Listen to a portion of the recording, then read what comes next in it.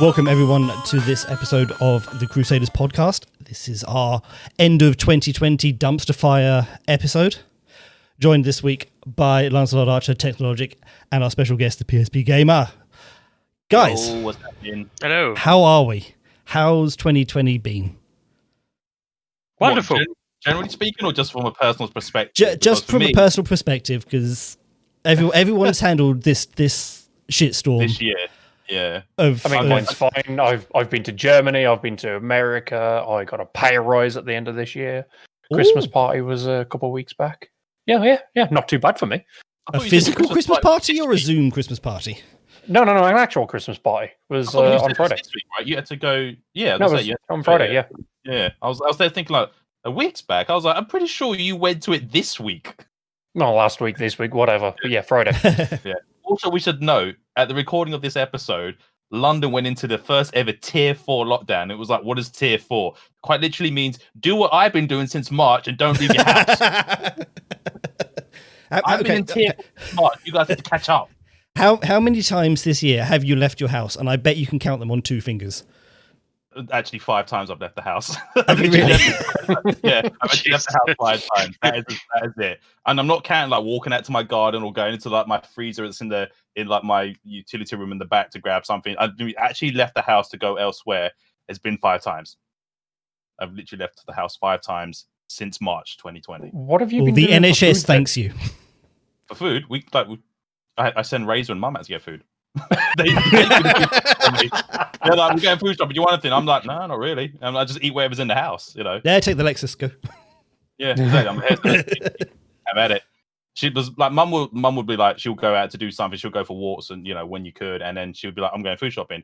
So when my brother would come back from work, there's like, well, Senpai knows, there's like a co-op, and then there's like a Sainsbury's around the corner. If we need something on the fly, she can ask him to go grab it while she's waiting for him to come back from work and so forth, or while he's sitting in the car. It's, just small things like that. If it's big major stuff, then it would be like, we'll do like this one massive shop, and then that'll last us for like a good couple of months. So we've got, to be fair, we have enough food in this house that could last us easily to the end of January, no problem. Good.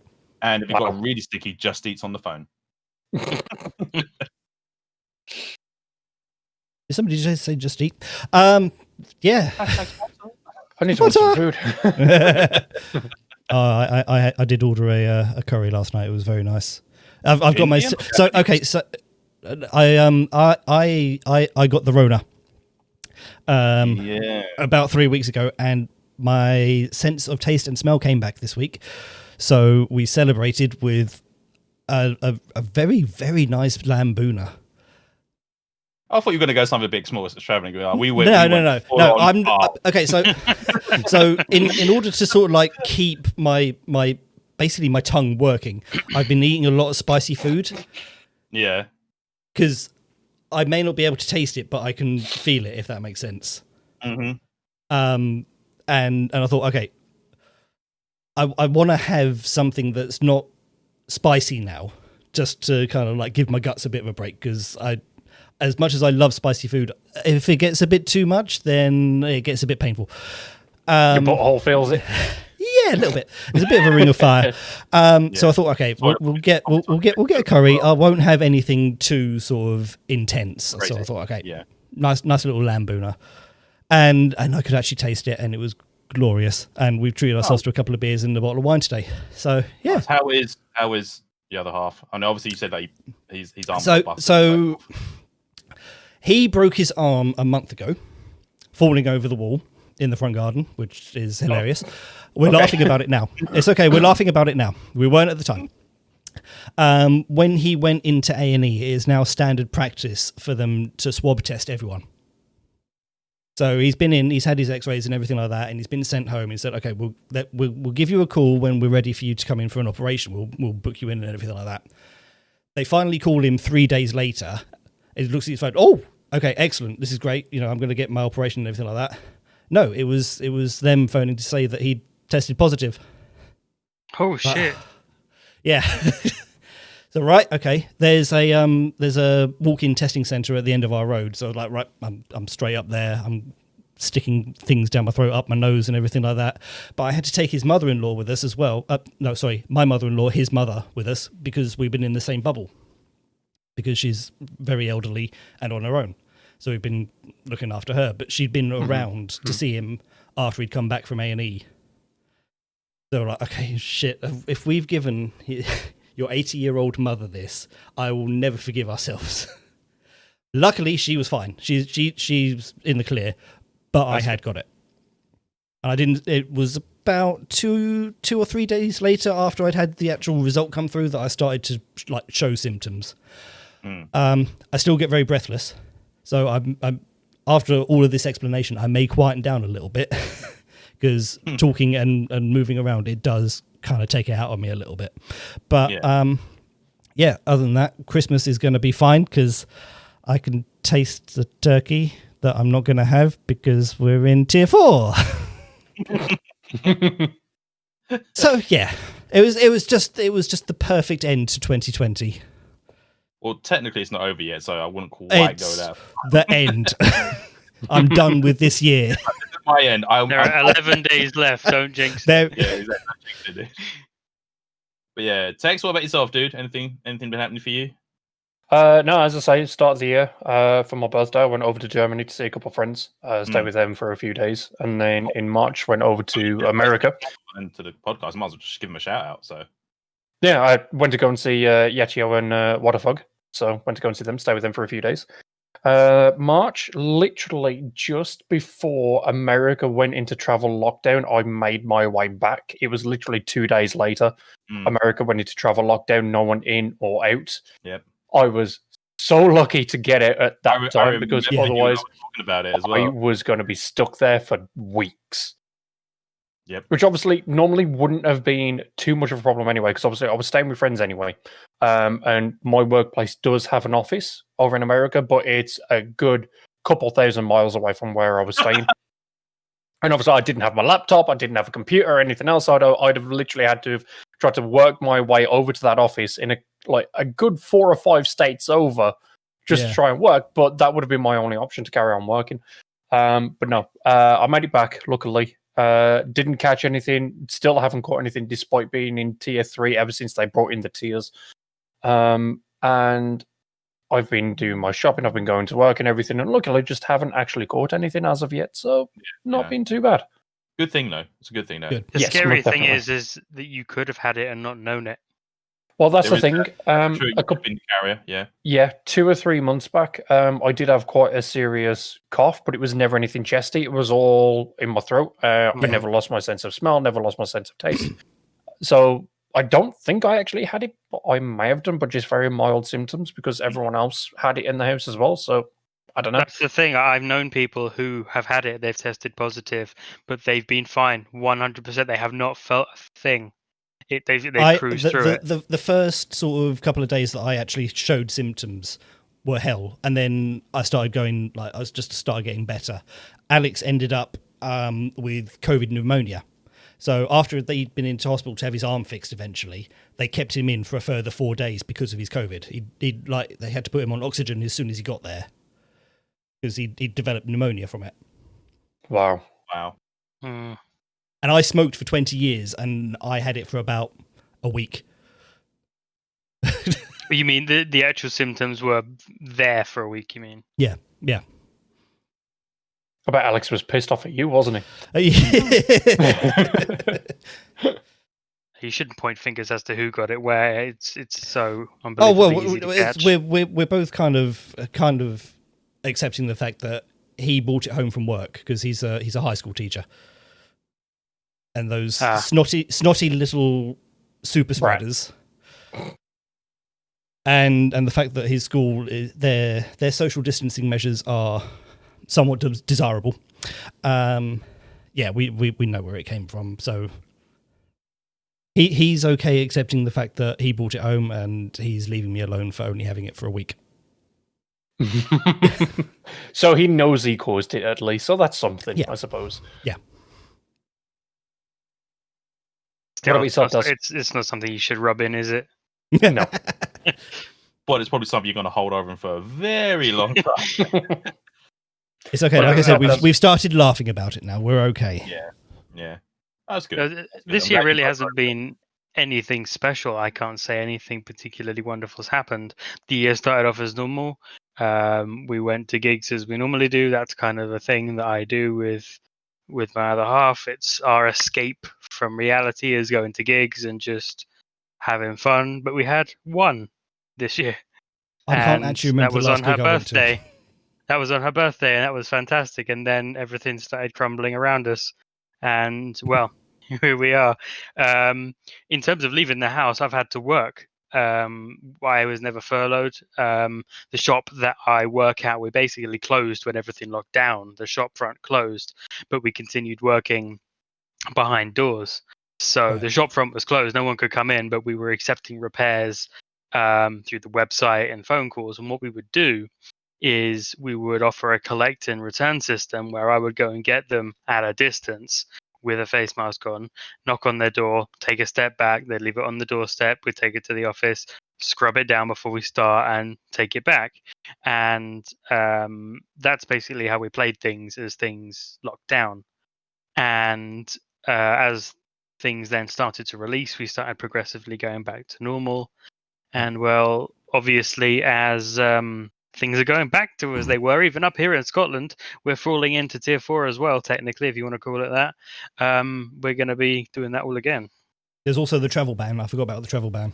And the travel ban. Yeah, the travel ban. I saw the news this morning when I woke up about St. Pancras station. Oh Christ! Oh, those that was pictures. ridiculous. Those pictures were saw that on ridiculous. Twitter.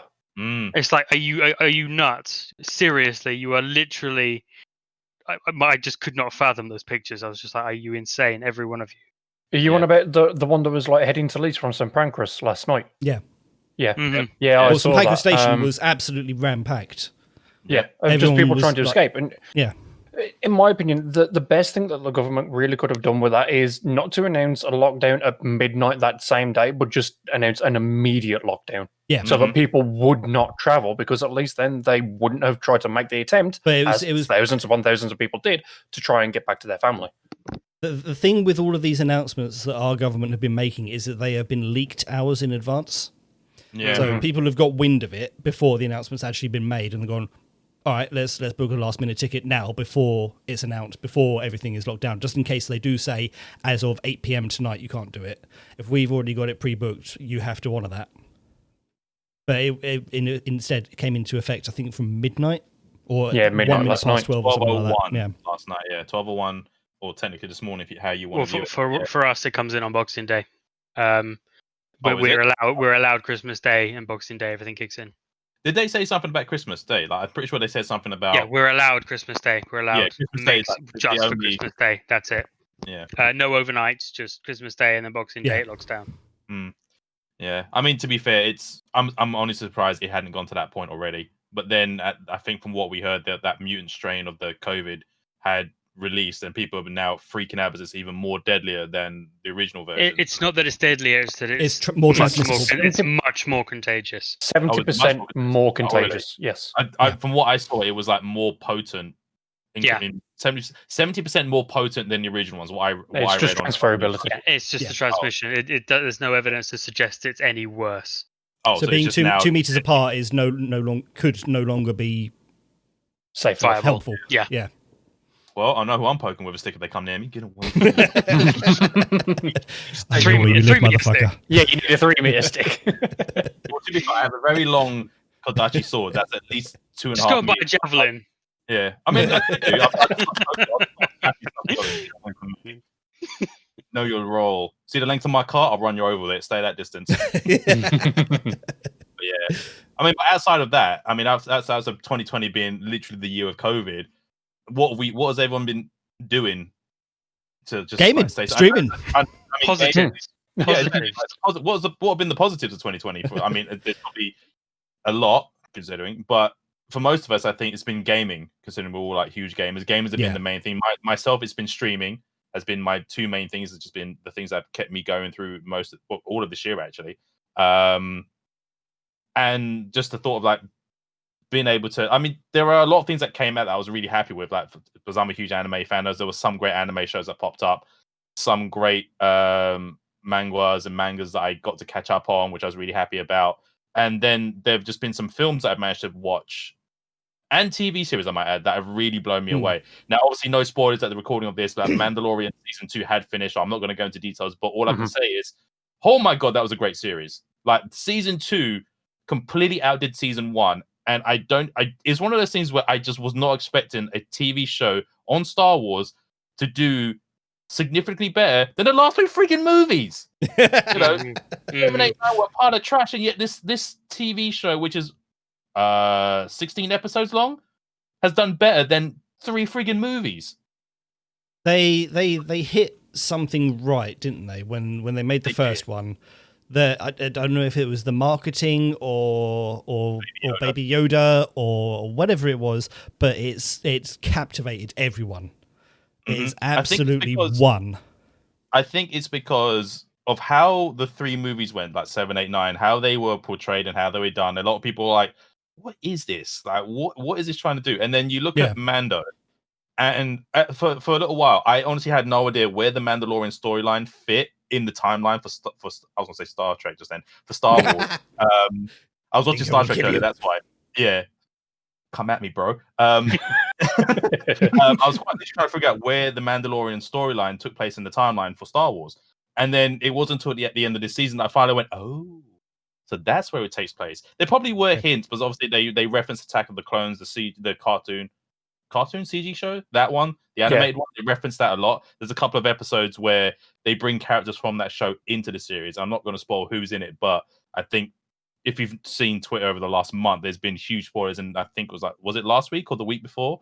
There was that massive reveal at the Game Awards with all the friggin' Disney shows that are coming in the next like 2 years. I think it was like phase 4 for Marvel as well. They showed off their TV show, like all their new trailers, all the stuff that's coming. I'm not gonna lie, some of the trailers and the stuff they showed were actually pretty exciting for Disney Plus. I was really excited for the stuff they announced. But yeah, like finally sitting down and finishing Mando, I kind of went, okay, I now know where this takes place. But does this mean 7, 8, 9 never happened? Because if that was the case, I'll gladly erase them from my memory. Well, that's the thing. Like, I'm actually currently watching season 2 at the moment, and it does say on like either the first or the second episode of season 2 as to exactly where it takes place in the timeline. And again, I'm not going to try and spoil anything, but it does say very clearly that is where it takes place. I must have missed that then, because for ages I was trying to figure out where it was, and I was like, I don't understand, where does this take place? I was like, I missed it, or it didn't register in my brain. I'm like, huh. Yeah, now as far as my knowledge goes, it never mentions it in season 1, but it definitely does in season 2 very early on. Oh, okay, I might have missed that then. But season 1, I don't remember it ever mentioned it. Okay. How many episodes are there in this season? 8. Yeah. 8, and they're 45 minutes long? Well, it varies because there are a couple of episodes so the first episode is about an hour long, if I remember correctly. It's just shy of an hour. There's another episode, I think it's episode 6 or 5, that's about 45 minutes long, and then the last one is about 45 to 50 minutes long, I think. But that's only because the credits are in there, and then there's a small thing at the end that you need to watch. Right, okay. Because I was originally planning on kind of like once the season had actually finished, because I missed the start by about 3 episodes. I was just going to do like a massive Discord watch party. I just wondered how many sort of sessions I'm going to have to slot that in. Well, there are some episodes that are half an hour, 30 to 35 minutes. Right. And then there's some that's slightly longer. So you probably, I don't know how many you plan to do in one scene, but you can probably do it in about 3 or 4. Yeah, that's sort of the ballpark that I was aiming for. But it was a good season then. Oh, it's a great season. It sets Better up nicely. Than the first, because the first was really good. First was really good. I would say the second season outdid the first season, only because there was a anticipation and hype around what was coming for it. But at the same time, I don't think it disappoints. I personally don't think it disappoints. I don't know what you guys might take when you finally watch it through to the end, but it delivered for me. It really delivered, and it does a thing where it ties in nicely with other Star Wars lore, and you're like, oh, that's nice. They brought this in, or they referenced this, or they did this. But the annoying thing was, though, on Friday, the last episode obviously aired, and as I was on Twitter just looking at news and stuff, I saw like the trending, and I was like, oh my god, spoilers. Yeah. I have actively avoided anything to do with Mandalorian on Twitter over the last 2 or 3 weeks, Yeah. knowing full well that I was waiting for the whole series to be out before I watched it. Because I only watched the first season probably back in June. You did? And then, Right. yeah, it took me ages to actually give it a watch. I didn't actually finish the first. I started watching it. Like I started legally downloading it last year. Legally Illegally downloading it last year, and and I'd missed I think the last Illegally. 2 episodes, so I don't think I finished it until like midway through lockdown either. I think the week that it was announced that the second season was coming, or the teaser trailer came out, that's when I finished off the first season. Okay. What about yourself, Daz? Did you watch Mandalorian, or is that not really? I have not seen it, so that's why I've sat outside of this conversation. It's in my my to watch list. I've been recommended it by many people. So season 1, or you've not seen any of it? any of it. Oh, okay. So I am completely Mandalorian virgin. So I I have Disney Plus. And As I of do plan on watching January it. 22nd, But that's fine. yeah, but yeah, I have Disney Plus, so I do plan on watching it. Oh, okay. Yeah. Okay, that's cool. But no, it's done well. I think season 3 comes out next year, but it's like late next year though. It's like Christmas next year. Well, essentially, I think so. Yeah. Essentially, is when it comes season 3. Because I was seeing I think it was yesterday or 2 days back, I was seeing memes all over Twitter and Facebook saying 357 days until Mandalorian season 3. People doing a countdown. Yeah. Oh god. Yeah. It's. I think they've put it for next year, because I think there's another show which is coming out just before that, and I think that's rumored to tie into the season 3. Rumored. But there's going to be a bit of a gap between a lot of shows next year, I think, because they haven't been able to film much of this year, have they? Nope. No. I mean, speaking of TV shows and so forth, obviously, this time last year, The Witcher dropped, isn't it? Season 1 of The Witcher dropped. Yeah. And it's been a year, and if you've not seen it by this point, what the hell have you been doing, guys? Seriously, you've had all of 2020 to watch Witcher season 1, 8 episodes. We've got a non-watcher. Oh, we got someone who didn't watch it. Oh, he's not finished watching it. I haven't Senpai. started it yet. God damn it! But either way, apparently the rumor was that they started filming season 2 about a couple of months back, and they were doing really well. But apparently something happened to Henry Cavill where they had to shut down production because apparently Injured his leg. He injured himself, but it's not to the point where they had to halt it completely. He's just like, oh, we have to stop for this week to let him heal. So I was like, oh, please bring that back, because I don't know if anyone's seen the screenshots, but they've made an effort to really make it better than it was last season, because the armor for the Nilfgaard guys apparently doesn't look like a wrinkled testicle anymore. And I'm like, well, that's good. Until they said it, that wasn't what I thought, and now I see it every time I go back and rewatch it. And I'm like, thanks, guys, you've just ruined that for me. His armor, Geralt's armor, looks actually pretty decent for season 2, and I'm like, that looks pretty swish. Looking forward to that. I think they showed a still of Ciri doing some training, and I was like, that was pretty cool. But then I don't think they showed anything of Yennefer. Not sure. Okay. I haven't seen any of the pictures or anything. All I know is that yesterday I saw on Twitter, or earlier on today it may have been, saying that obviously Henry Cavill injured his leg, and apparently the director said he hopes that it's just not so that Henry Cavill could play games. And then put a picture of Henry Cavill underneath with a picture of his 19 days. Like, 3080. yeah, no, of course it is. Yeah, I'd like to have. He was like, just a nice picture of him with the 39. So I was like, well, Nvidia, it's good to know that you're fans of The Witcher. But yeah, so I mean, that's another show I'm looking forward to watching next year.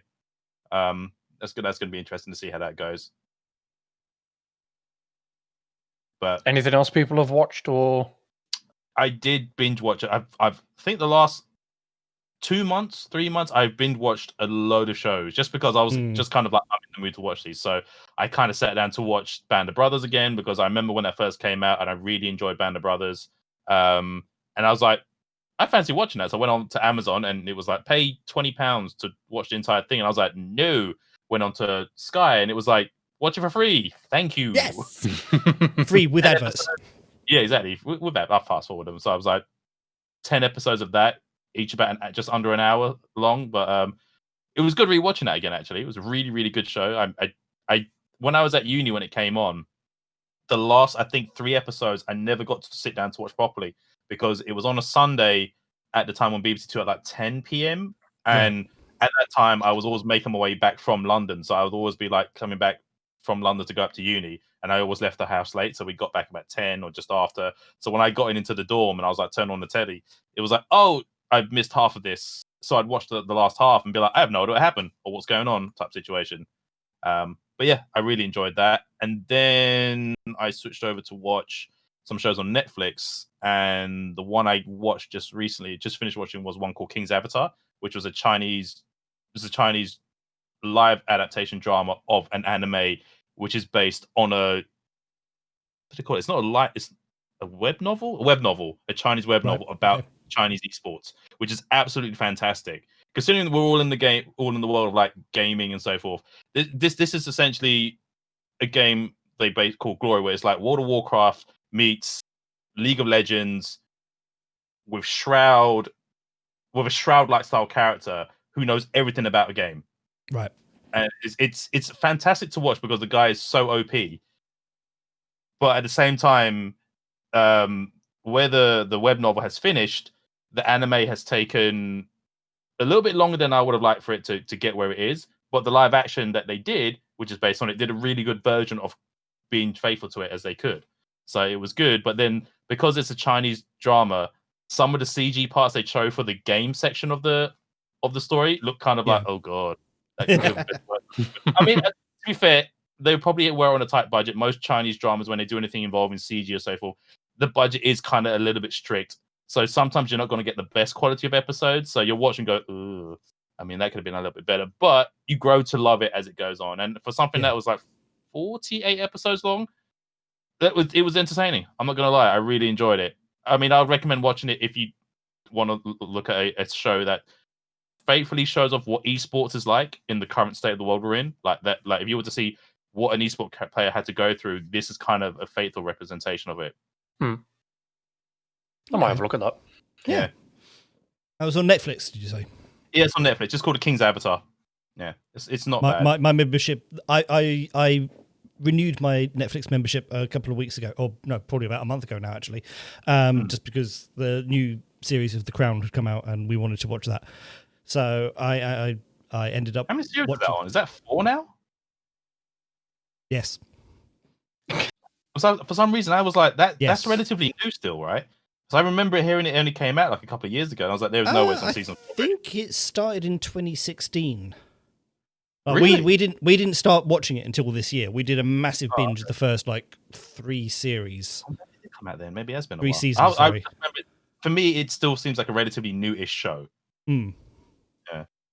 Yeah, it does have that sort of feel to it sometimes, despite the fact that it started basically in the 50s and it's worked up to the 80s now. And the next one's going to be the 90s. So they do they're doing it every decade. Decade blocks, yeah. Oh, okay, but every 2 seasons they change the cast as well. So you get a whole new cast every 2 seasons. Oh, okay. There is the new one I heard called, is it Queen's Gambit, the chess one, which has done really well. Yeah, I've heard bits and dribs and drabs about it, but I've not looked into it that much. But I think that needs to go on the list. Yeah, I've constantly seen pictures of it over the internet, on Netflix and stuff as I've been browsing through. All I know of it is that the main redheaded actress is very, very pretty. Other than that, no clue. And that's tech sold.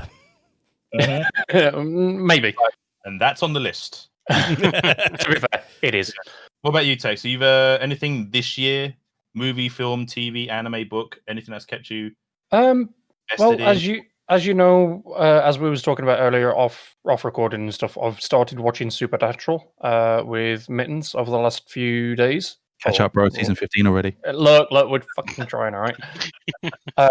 So we're on season 1. Obviously, I've never watched any of it before, and she's watched everything up to season 12 or something like that. So we're going to watch through all of that together. But one other show that me and Laura started watching just a couple of days back was called Alice in Borderland.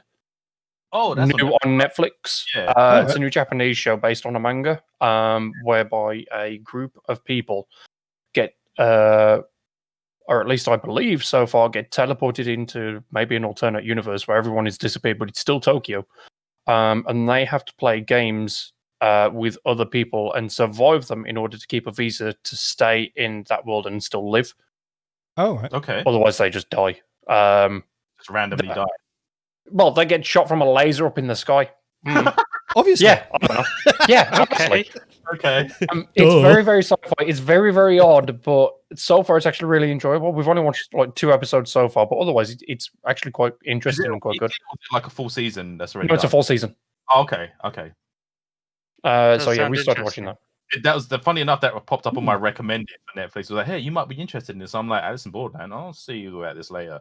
But Yeah, I saw a trailer for it a couple of weeks back, but it was from the Japanese Netflix.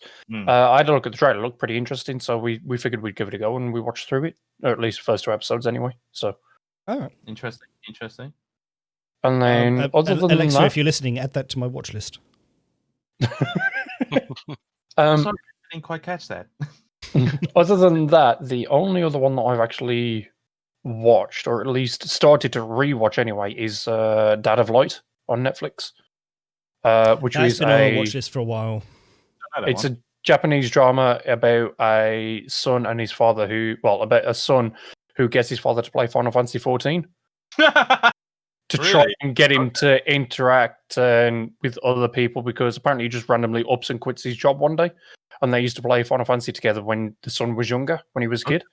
So he tries to get him play into Final Fantasy 14, and it's just about how his dad, even now, when he's an adult, is still teaching him lessons, even though it's like from his memories and he's learning from the game and stuff. So actually really, really good. Okay. That's not bad. What about yourself, Daz? Anything this year that you've like put off but had found and watched, or something newly discovered that's taken you by interest and you might, want to share? Nothing that's really put me off, but so I've watched very little on Netflix. Surprisingly, there are at least 3 seasons of stuff that I have watched, but not watched the next season of. Big Mouth season 4 came out. I need to watch that because I've seen seasons 1 to 3. I've seen 1 to 3. I was disappointed with 3. I must be honest. I thought 3 was a little bit of a letdown. 3 was shit. It was a filler season. Don't know what was going on with that. But the missus has started watching 4, and she says that is much better. So I need to get on to season 4 of Big Mouth. There's been a surprising amount of Netflix shows that I've looked at and gone, that looks interesting, and then I'll get round to watching it and think about I'm gonna start watching this. No, it's been cancelled. I'm like, so what's the point? No, I'm like, what is the point of watching it? Because I'm gonna watch it, want more, and it's been cancelled. The amount of shows that I looked at it and went, actually, that looks really interesting. I'm gonna watch that. Cancelled. No, okay, never mind. I'll put that on the shelf. I had a series like that. It's really annoying. But there are a couple of things I have actually gone through and watched. When I was a kid, one of my favorite shows on Nickelodeon was Saved by the Bell. Yes. No, redone that, haven't they? And they have done a reboot. Oh, and I saw that and I went, oh my god, no. I was like, you can't reboot that. It just won't work. No, I'll tell you what, it fucking did work. Really? I have a The very interesting, and I forgot about isn't that. bad at all. It's actually quite good. And I was genuinely shocked when I Screech finished watching porn in it. Screech is not in it. No, isn't. No, he's not. Screech was the actor who played Screech, Dustin Diamond, was not asked to reprise his role. Yeah. No, However, he's not in jail. He became a porn star. Really? The actor has been in some legal shit, like big legal stuff. He released a sex video. He's been done on assault charges. Yeah, we're not going there. But he's not in. He's not in the reboot. But he is referenced very briefly. He is acknowledged. The actor, the character who plays AC Slater, makes a side comment in one of the episodes and says, "I bet Screech would." It says something about Screech, but they hint that he's actually on the International Space Station with Kevin, his robot. So they completely they bring him in for 30 seconds and just write him straight out. Otherwise, actually, all of the original main cast make an appearance. Yeah. I have issues with some characters, but we're not here to discuss the issues with that show. That's a whole other kettle of fish. But all the new characters that they introduced, I think they introduced well. And it's very modern stereotype. You've got all the stereotypical kids. You've got the kids that make you want to backhand them every time they speak, all that kind of thing. But by the end, you have gained an attachment to these characters. Maybe Isn't- not one. If I remember correctly, from what I saw in the trailer or like the like introduction to the trailer, isn't supposed to be the son of what's the main character? Is it Zach? Yeah. So that's the one character who I constantly wanted to backhand because I just did not like him.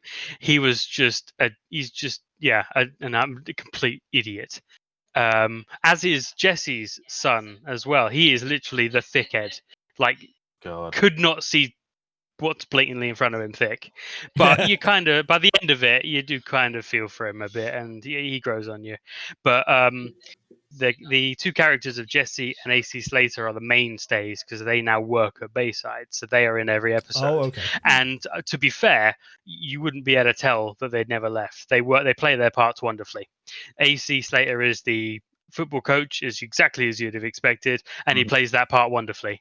And Jessie is the guidance counselor, and she plays that part wonderfully. So I have no problems with those two characters. Zach, when he comes back in a few episodes, is just as irritating as before, if not more. And as is Kelly. They are both quite irritating, but you smile when you see them because you have to. And Lisa makes a very brief appearance through a video call on one of the episodes as well. Yeah. She makes a very brief cameo for about 2 minutes, so she's there. I think she was actually a late addition because there were problems with her getting cast, and she came in last minute, so they just gave her a cameo. I won't go on too much about it, but it surprised me. I genuinely came away from it. I started watching it thinking it would be an absolute train wreck, and I came away thinking that really wasn't too bad. Yeah.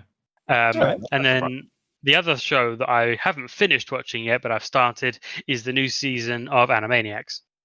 I was just about to mention that because you mentioned reboots. Where is that? Where is that? Unfortunately, I had to get it off the back of a lorry because it's Hulu exclusive at the moment. It's you HBO, cannot, isn't it? No, it's Hulu. Oh, okay. Hulu exclusive, and you can't watch it in this country right now unless you find it elsewhere.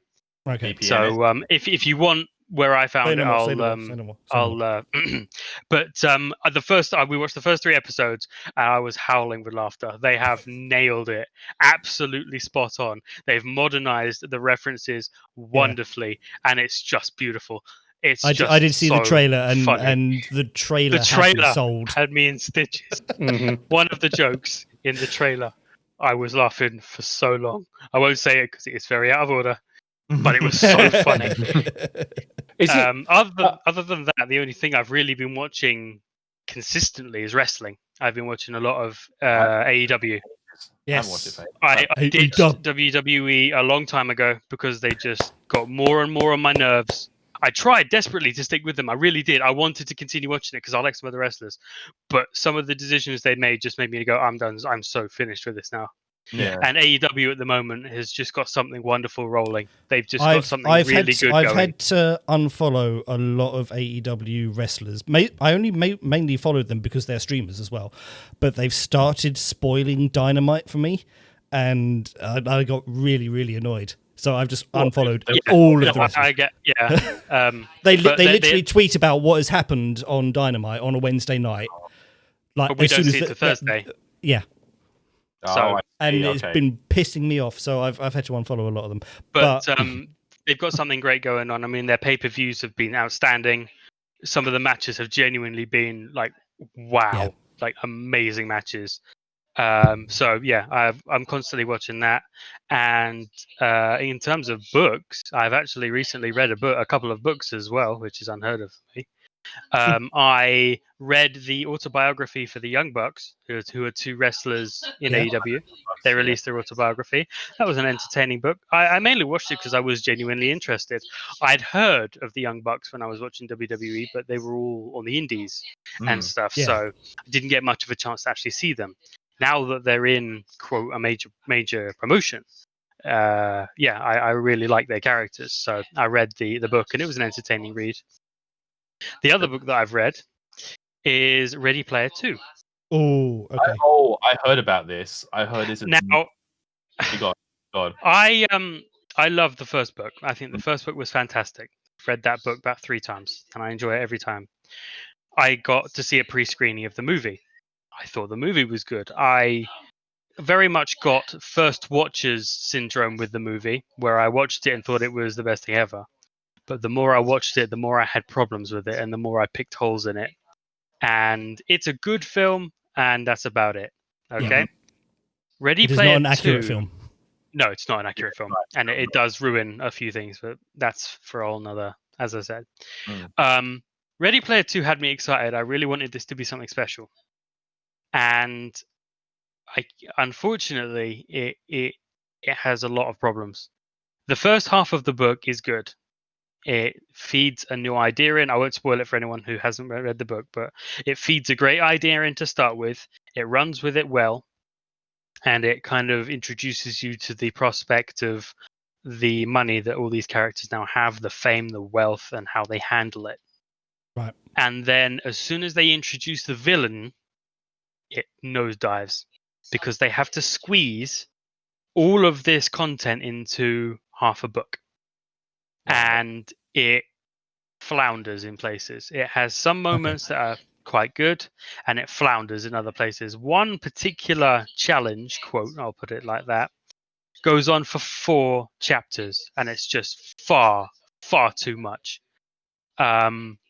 I understand what he's doing with it and all the fan service and everything, but 4 chapters was, by the end of those chapters, I was exhausted because it was just too much. And what really irritated me is after 4 chapters of explaining exposition and everything, they end the chapter by cutting out half of the fight that ensues and jumps to, oh, these characters are left. And I'm like, excuse me, what? So they what? You've literally just cut out half the fight, and now we're standing here, and it's like It's okay. like Dumbledore's death being Yes. like stretched out for 4 chapters and then just kind of like Yeah, except it's not like that, but it's a similar premise. And the ending was fine. They've closed the door on Ready Player 3. They've closed the door on Ready Player 3. There won't be a third. They're not going anywhere with this. okay. And I'll be without spoiling anything, because I know we've got Cyberpunk to come soon. The ending of the book made me think of how Cyberpunk introduces a very similar idea. And I'm not sure if that was a clever idea, how it was done. So I must admit, I finished reading that book. I read that book in 2 days. I binged the shit out of it because I wanted to read it.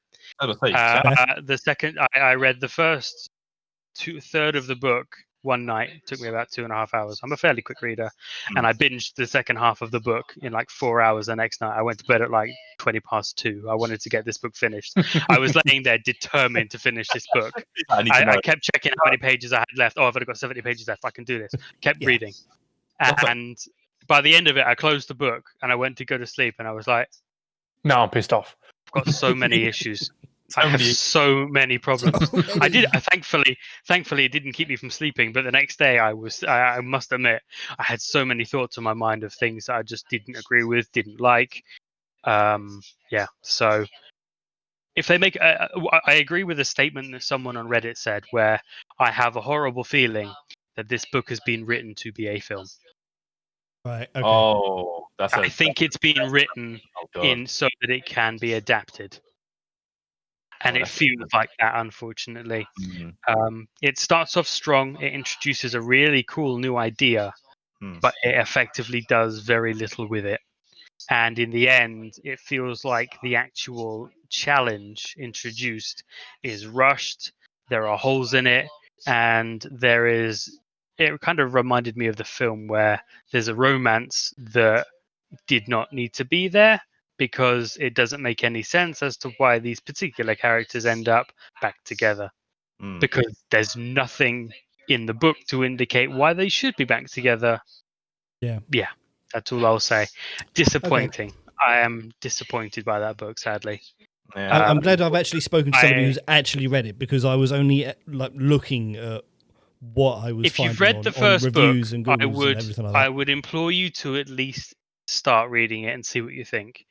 I would not judge you whatsoever if you got to the halfway point and started going, this is crumbling. I don't like this. I would recommend that you just listen to the audiobook because it's read by Will Wheaton and he has a Actually, beautiful can I voice. interject there? Please do not listen to the audiobook because the audiobook for Ready Player 2 I hear is dreadful. Oh, is it? Apparently, Will Wheaton absolutely butchers the voices. I was talking about the first book. I was talking about the first book. Oh, but- sorry. Yeah, the second book, from what I hear, he completely butchers the voices. There is apparently an English character where people have been ripping the piss out Oh, he of him doesn't do for the his accent, does British he? No, he does. And he is absolutely abysmal from what I've heard. So if you're going to enjoy Ready Player 2 or whatever, because some people Read have enjoyed it, some people have said that they like it, read the book. Okay. I mean, there's an audience somewhere for everyone. So Some people have said they like it. Some people have the same issues I do. Some Mm. people have pointed out things I missed. At the end of the day, everyone's going to have their own opinion. of course. Yeah. Of course. Not everyone Wow. liked the Clone Wars Wait, the TV series or the film? film. Oh, yeah. Well, no. Film's all right. It's not good, but it's not bad either. Exactly. Kind of But a sits lot of people somewhere thought it in was that bad. middle area, somewhere in that grey area. Yeah, we'll work with what we got, but type thing. But yeah. But that's good. I mean, I'd heard news about the Ready Player 2 stuff, and I was kind of like, oh god, that doesn't say. I'd heard mostly like sort of negative views on the book, and I was I thought it was a lot of sort of like knee jerk reaction negativity, but it's kind of plateaued and stayed the same. And obviously hearing from Daz, who's actually read the book as well, Coming from someone who It's- very much enjoyed the first book Yeah. and sees the film for what it is, I understand they had to take creative liberty. If they had translated the book straight over, it Mm. would have missed a huge audience. Mm. There are a lot of references, a lot of particular things in that book that just would not have translated well to film. So Right. I understand the changes that they made, but I don't agree with the changes that they made, some of them at least. But I do get the feeling that the second book may have been written to be adapted. I just felt like that in some respects. Let's just talk about games of 2020. Like, what games of 2020 have kept you going to this point now? What have taken you by surprise? What have you found most entertaining? What has disappointed you? And we'll bring up Cyberpunk towards the end of that. So, you know, Fall Guys was a big one for me. yeah. I really enjoyed. I mean, so I was in the playtest for the Hold up. first continue. edition of Fall Guys. Gone. Are you still crownless? No, because of Twitch Prime. Yes, I still have not won an episode of Fall Guys. I am still uncrowned, but I've got pity crowns. I've got lots of pity crowns. Pretty crown. Yeah, okay, sorry, I didn't mean I haven't actually played Fall Guys since season 1. I've played a little bit of season So two. We kind of, certainly for myself, I missed a lot of season 2. Because a couple of other games have come out during then, and a lot of I liked to play that game with other people. I didn't like kind of like sitting there on my own, kind of like soloing it. Mhm. It's a lot more fun if you're playing it with other people, and if the interest in that isn't there, then you know I'm just gonna remain crownless. Yeah, it's just it's definitely a multiplayer game. It's one that you definitely want a community to play with for certain. And I agree with you. I Fall Guys took me by surprise. I thoroughly enjoyed playing season 1 when I did. I didn't really dabble into season 2. I think maybe 1 or 2 games season 2, and just to see the difference of what it was. But I know you and Tex played it, and Diz played it a couple of times. I think you streamed it a few times, and I watched. But end of the day, I think season 1, the hype for season 1 for me was it, and then I kind of fell off. I had other stuff I went on to play and do. Mhm. But yeah, I agree. Fall Guys was definitely a game of 2020 that for sure. I think it was, when did it come out? Just before the summer? It Or was June? end of June, start of July, I think. June. Yeah, So I mean, it's the summer, so it kept the summer period a lot of people busy and entertained. So Yeah. great games to come out at a time when normally games during summers don't do well. But obviously with this year, maybe it's the rule. yeah. Any others, Um, Senpai? I mean, it's very cliche, but Animal Crossing kind of helped a little bit for a couple of months. I've dropped off of that a lot. I have not been on there since Halloween. And my island is a mess. It's just not even organized chaos. It just exists. It's just there. It's just taking up space on my Switch. It's just megabits. But the problem is you can never bring yourself to actually uninstall the game, though, can you? No, and I've got a physical copy as well. So Exactly. I've had that same thing with Animal Crossing every time. I've always played every release that came out ever since the was it the Wii version? No, the DS version that I played originally. And I've played every release that came out since then, but I would literally play it for like 2 or 3 months and then just stop. But I could never bring myself to get rid of the game. Wow. Don't get me wrong, they've done a lot to kind of like keep it going and keep it relevant and everything like that with the seasons, and they celebrate Halloween and Bonfire Night, and they're doing Christmas now as well, unless you're in the other hemisphere, and which time it's summer. Did they have DLC for this? Because I'm pretty sure I remember hearing something about DLC plans for this game. They've had free DLC. So the summer update let you go swimming. You can catch like shells and stuff and different fish out in the ocean. I don't know what any of the other updates have bought, but that was the one that's when I started sort of like petering off from it. Yeah. Okay.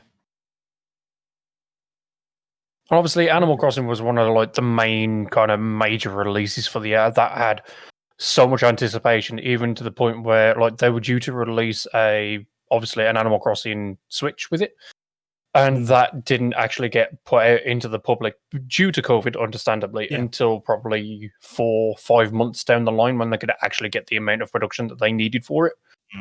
And even still now, I believe you can't buy one properly without it running out of stock within like an hour of it going online on like Amazon or something for that Switch. Yeah. Okay. Still outsells like mad. Yeah, I mean, to be fair, that game came out at a time when people really needed it. And it was weird. But at the same time, a saving grace for many gamers.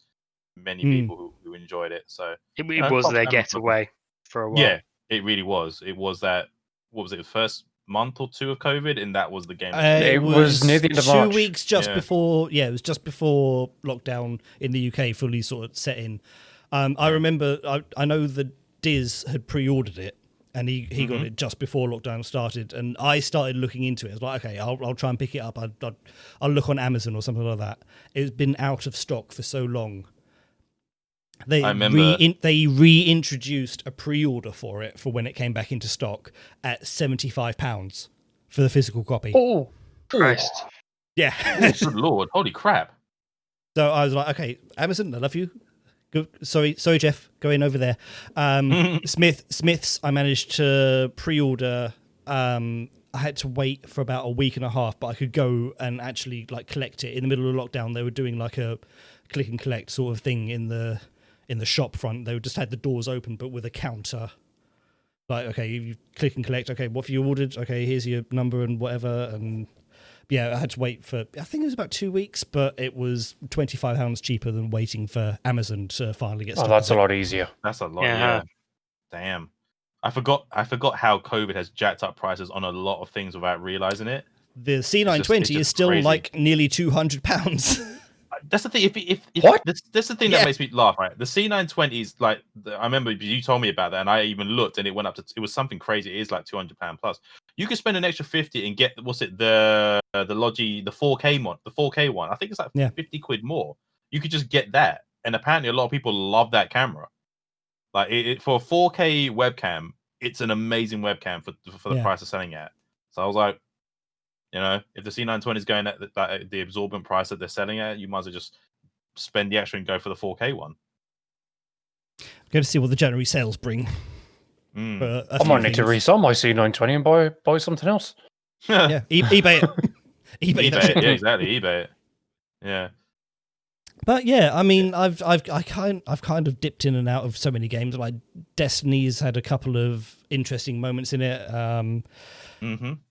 I've had a couple of because I'm on a key redemption site. So basically, for creative content creators, if you're interested in helping a small studio out, like live streaming their beta or whatever like that, I've taken part in things like that.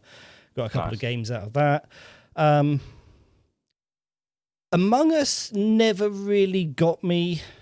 I liked it when like the hype because it's a 4-year-old game at this point. Yeah, Yeah. It came out like something- 2016. I didn't realize how old it's it had was. this Yeah, like weird resurgence. I enjoyed that when it first, but like so many people have spent so long playing it that they know the game, and you can't deceive the people who know the game, and that kind of burned out very, very quickly for me. I can say it's kind of the same thing with me. I enjoyed it for the short time that I played it, but then it got to the point where I was like, I'm kind of done with it. Like, Yeah. there's only so much you can do with that game. I personally feel, unless people set like certain rules or you do a certain type of thing. Like there was the Dead by Daylight thing that people would do in the game. Yeah, we It tried was that. not an actual mod, but it's just the settings they tweaked it to do it like a Dead by Daylight thing. And then apparently now mods are coming into the game. Yep, mods are coming in, so you're getting like proximity chat. There's Yeah. a zombies mode. Mm. There's another one that just recently, at least as far as my knowledge goes, anyway, came out where you'll get one Santa and 2 elves, and then everyone else is reindeers. Yeah. And the Santa and the elves have got to chase around the reindeers while they're all doing tasks, and they've got to capture them. So it's like a game of tag. But when they get captured, then any other reindeers can literally walk into the captured areas and free them. Wow. So that's actually pretty fun to watch as far as I've seen. So I wouldn't actually know- mind giving that a try with a couple I know of there's the a Crusaders prop and hunt stuff. one they brought in. I think there's a prop Yes. hunt style game in there. I know there was that one. The only reason I know that was because of Gmod Racing also ID has work. a couple of Among Us maps, which is quite Oh, really? interesting as well. Yeah. Oh, Okay. That's cool. Okay. that's interesting. But that's one as well. They kind of looked at the game and it's like, okay, it's become really popular. They were working on Among Us 2, and they've gone, okay, we're going to scrap that, and we're just going to put what we were going to make Among Us 2, and we're going to put that into like the original game. So there's, I think, one new map has come out recently. I saw from the Video Game There's Awards. one coming soon. Or it's coming There's one soon. coming soon, yeah. Mm. January, I think. It's but coming yeah, out on Switch as well. It's out on like Yep. I heard, Xbox Game Switch is Pass. It's yeah. coming for PC Game Pass and stuff like that. So Mm. I think on it's a Switch little. I think it's a little too much too late, if that makes sense. I kind of feel like its flame is kind of going out a little bit. I think they maybe should they're have. trying to rekindle it a little bit by releasing it onto other platforms. I could see that. I mean, to be fair, when you still see streamers like Valkyrie and the upper echelon of the streaming community still playing it, and it's mainly sort of like that group, like the Jack and Valkyries, Corpse the- Husband and Yeah. PewDiePie have made a really, really good sort of series out of it. Yeah, I think they've got what they wanted, and it's kind of the only reason why it's still doing so because the top ones are playing it, and only the reason is because they're playing it to have fun with themselves, with the group, the people that they play with. That's the only reason why I still think it's as popular as it is now. But I feel like, go on. to be fair, like I watch like Zero Viking, Chill Chaos, and his group, but they also sometimes come in with like Corpse Husband, Valkyrie, and Harfu and stuff like that. And I enjoy actually watching all of their videos. I could literally sit there for a half-hour lunch, eat my food, and just watch that and have fun. Yeah. And then sometimes I'll even be like an hour-long videos. I'll come home and I'll just watch a bit more of it, and I actually do really enjoy that content because it's chaos. At the best of times, and it's just really, really fun to watch, and that is what makes me still want to play it even now. But the problem for us has always been just getting the amount of people together and just keeping them there for as long as we can for like the whole 3-hour kind of stream. That's the biggest problem. It's difficult to get 10 people in to play. That's the problem, though. It's very difficult to get 10 people in a private party to play the modes and so forth. But I think it's one of the things like it'll have its ebb and flows. I have seen some very, very, very, very funny clips from Among Us. One of the funniest ones I've seen is H2O Delirious when I don't know if you've seen his stuff, Tex, but I do watch his stuff. Yeah, the way he's done his Among Us series is fantastic. Like all the animations and everything. Yeah, instead of just taking like snippets from the show, like he literally will have an animator draw each one of the like the people he plays with. So, for example, he'll do like cartoons, or he'll do Anthony or Grims or someone else who's playing with, and he'll do the character they play as in an animated short, and he makes it look fantastic. He makes it look great, and some of the clips he's got are absolutely hilarious. Like they've got away with so much good content. They're like, oh, now we pull that one off type situation. So yeah, it's that makes it good. But at the same time, as much as I like watching it, that's really as far as it's going to go for me when it comes to mods. I would watch that little segment, laugh my ass off because it's such a funny thing that happened for them, but it's not enough to bring me back to play it. Yeah, situation. that's fine. But yeah, I yeah, enjoyed it's it for the definitely time it was become a out, but- spectator's sort of game for me. I enjoy it more as like watching it than I do kind of taking part in it, and I think that's more to do with the fact that I'm a terrible liar. I mean, I don't know. We had a couple of games, Senpai, where I backed you up, you backed me up. We had got a good couple kills down. Yeah. There was some good ones there. Damn fish. That's the simp of Crota. He's always sniffing me out. The simp. The simp is just sometimes his simping is just too strong. You'd be like, but I was just here doing this. And I'm like, yeah, but you weren't there though, and I saw you vent. You know? I was watching you on the CCTV. You weren't doing that. Yeah, that's another thing that got me. Everyone was like, I was watching CCTV. I'm like, I don't even know where that is. And I was like, where is that? I was in the CCTV room. I was like, on this map too? It's like, oh, okay, come on. Hence why there's too many people who had played the game too much.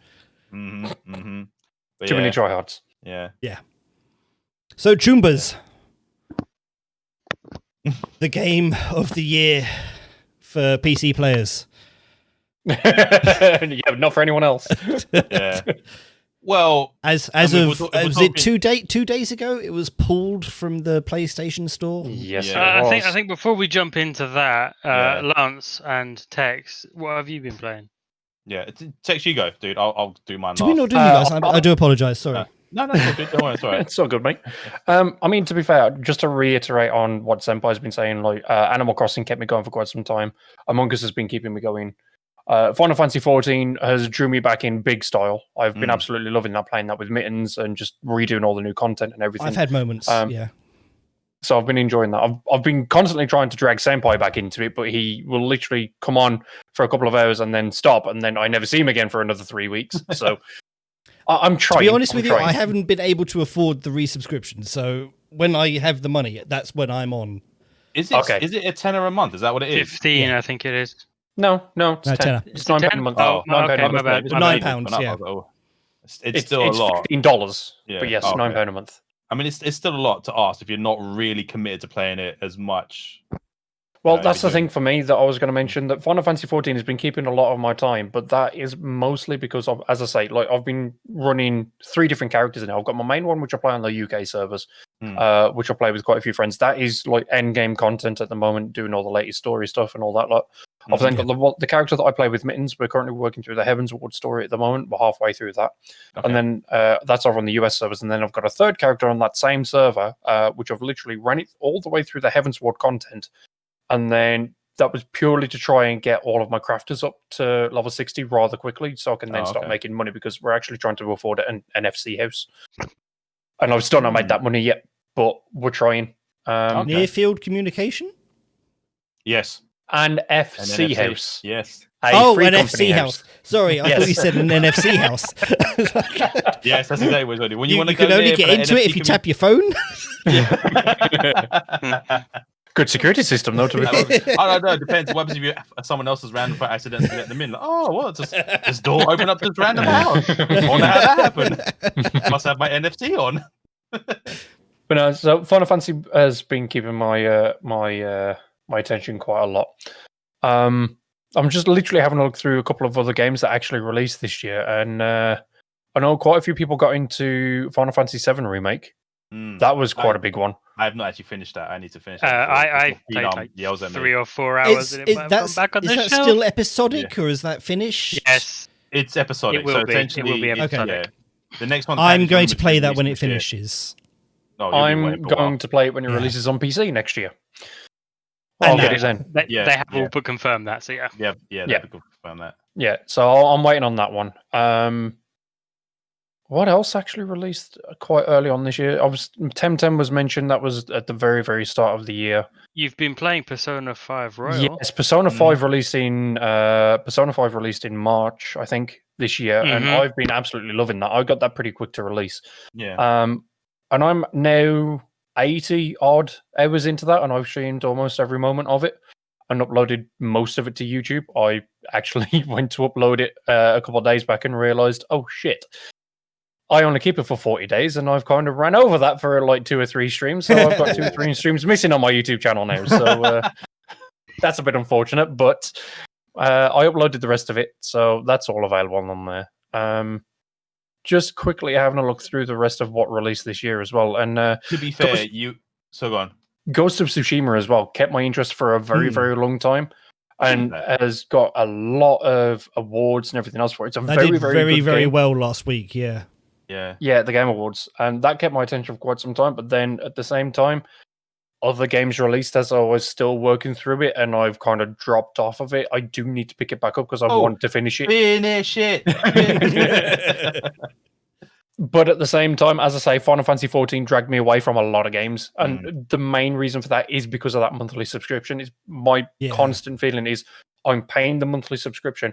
I should be playing this. I have other games that I don't have to pay a subscription for. I can play them whenever I want. That's why I haven't been carrying on with Final Fantasy, because I don't want to keep paying for that when I'm not using it, and I've got all of these other games in it, not only in the current catalogue but in the back catalogue that I need to be getting through. I just don't have the money and the time to carry on with a subscription game at the moment. Saying that, I have just started playing World of Warcraft for the first time. Wait, but then you get like the first 20 something levels, right, for free? Yeah, I'm up to like level 7 or something like that. I've just done the tutorial. Okay. That's fine. Then I was like, I've also got Elder Scrolls Online that I've just started as well. That's just but you don't have to pay a subscription for that. So no, I know, which is good. It's going to be interesting. You have to buy the base game, don't you? Yeah, the base game and the expansions. Wait, for ESO Online, you have to buy the base game and the expansions just to play it, and it's free. No, you can play the base game. Oh, okay. Obviously, and then I got Diz gave me a copy of Tamriel Unlimited, which I've added onto my account as well. I don't know what that does at the moment. I haven't really looked into Tamriel Unlimited is the base game. Is it? Okay. I know the base game then. Yeah, that's just the base game. That's pretty much... No, I've got... Which will be a good couple of hours content when I actually do get around to playing it, but... Yeah. It'll be more than that. My biggest issue with ESO, from every time I played with it, is the fact that I'm far too used to FF14. And you're trying to make it's like Skyrim and FF14 mixed, where it's like Skyrim whereby you get main story, but you don't know what quests are the main story. Yeah. But then you also get Final Fantasy 14 because it's purely online. But I like Final Fantasy 14 because you know what is side quest, what is unlockable content, and what is main story.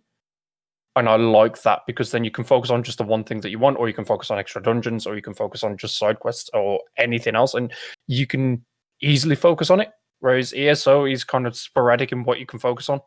Yeah. But you'll walk into an area following the main quest, and then you'll have a whole bunch of other side quests, but you don't know as to where the main quest was meant to lead you in the first place.